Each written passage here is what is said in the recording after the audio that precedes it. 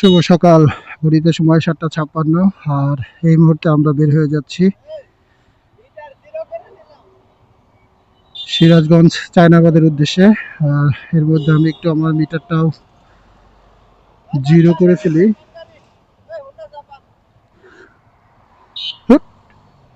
আর আমরা যাচ্ছি হচ্ছে আজকে 8টা বাইক, আর সামনে আছে আরো 2টা, টোটাল 10টা বাইক।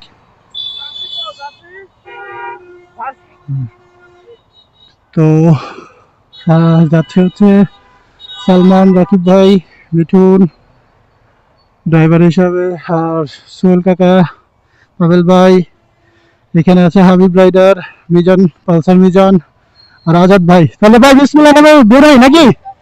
ঠিক আছে, ওকে বেরোই গেলে পালসার মিজান।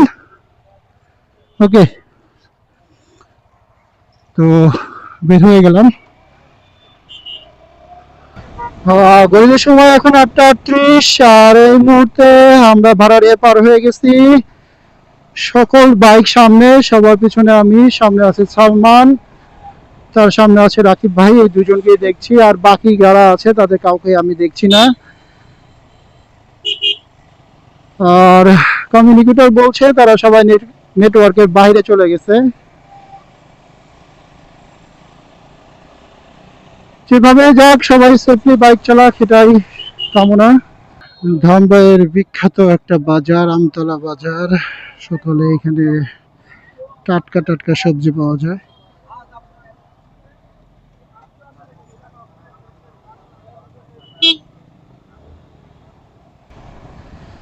ওয়াও, খুবই সুন্দর রিটার্নটা কালিয়াকুরের। আজাদ ভাই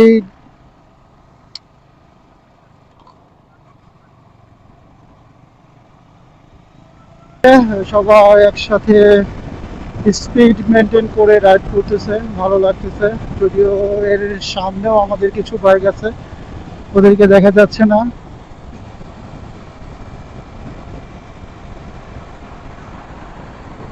রাস্তার যে কন্ডিশন আর সামনের যে আকাশের ভিউ, সবকিছু মিলায় এক অস্থির অনুভূতি ফিল হচ্ছে।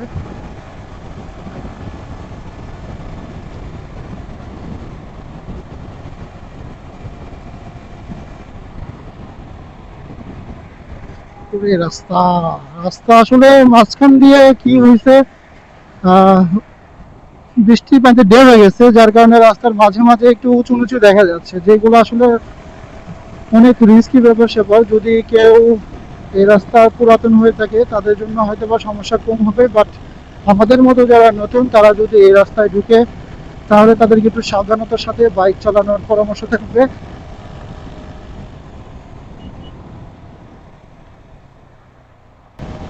সামনের আকাশটাও খুব পরিষ্কার। আজকের আকাশ আর আজকের রাস্তা দুইটা মিলে ভীষণ ভালো লাগছে। আর এই পাশের রাস্তাটাও হয়ে যাচ্ছে দ্রুত সময়ের মধ্যেই হয়ে গেল, কারণ আমি কিছুদিন আগেও আসছিলাম। কিছুদিন আগে বলতে তাও প্রায় 1 বছর আগে। তখন এই রাস্তাটা এরকম ছিল না, তখন রাস্তাটা করতেছিল, চলমান ছিল। আজকে রাস্তাটা হয়ে গেছে, ভালো লাগতেছে দেখে। আর আজকের ওয়েদারটাও একটু হট, অন্যান্য দিনের তুলনায়। ভাবছিলাম বৃষ্টি হবে, তবে বৃষ্টির কোনো সম্ভাবনাই দেখছি না। আকাশে যদিও একটু মেঘ আছে। টোল দেওয়া শেষ, এখন আমরা উঠছি যমুনা ব্রিজে। এই নিয়ে আমার 3য়বারের মতো আসা। এই উঠে গেলাম ব্রিজে।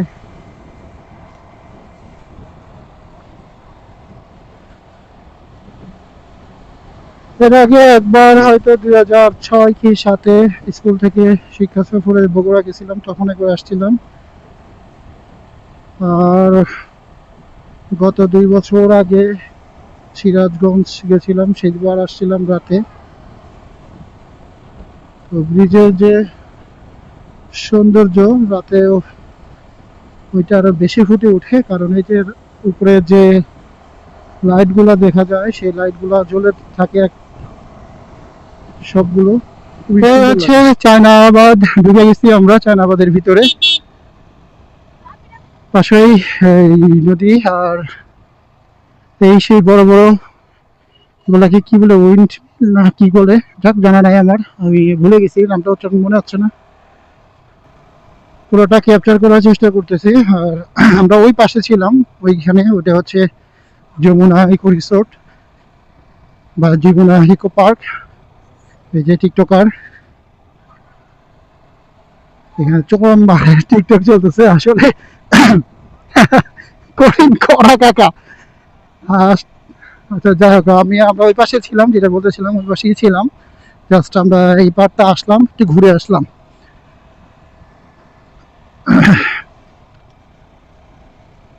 বাইক নিয়ে এসে একটা কোয়ালিটি টাইম স্পেন্ড করার মতো জায়গা। তবে ঢাকা থেকে আসছি আমরা শুধুমাত্র এই চায়নাবাদটাই দেখার জন্য। আমরা এই শেষ মাথায় যাব, শেষ মাথায় গিয়ে দেখবো আসলে কি অবস্থা।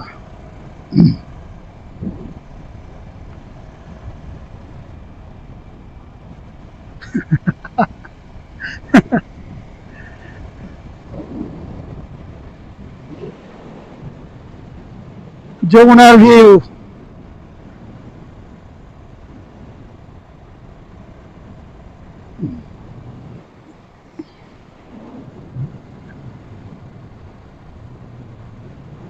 পাগল করার মতো ভিউ নাকি কাকা?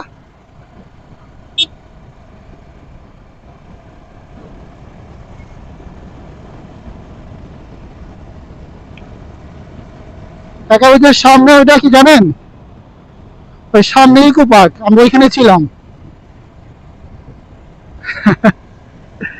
এগুলো যে নৌকা পারাপার একটু টাইম নাই, ওই যে আমরা ওই পাশে দেখছিলাম ওই বিষয়টা, ওই যেখানে ছবি তুলছিলাম। ওই এইটুকু আসার জন্য আমাকে এত দূর ঘুরতে হইলো, বুঝছেন? এটা তো ব্রিজ করে দেয়, সরকারের কাছে একটা আবেদন, ইকো পার্ক থেকে এইখানে যদি একটা ব্রিজ করে দেওয়া যেত তাহলে আর সহজ হতো। যাক, আমরা মনে হয় শেষ মাঠে চলে আসছি। এইটাই হচ্ছে শেষ, এটাই শেষ।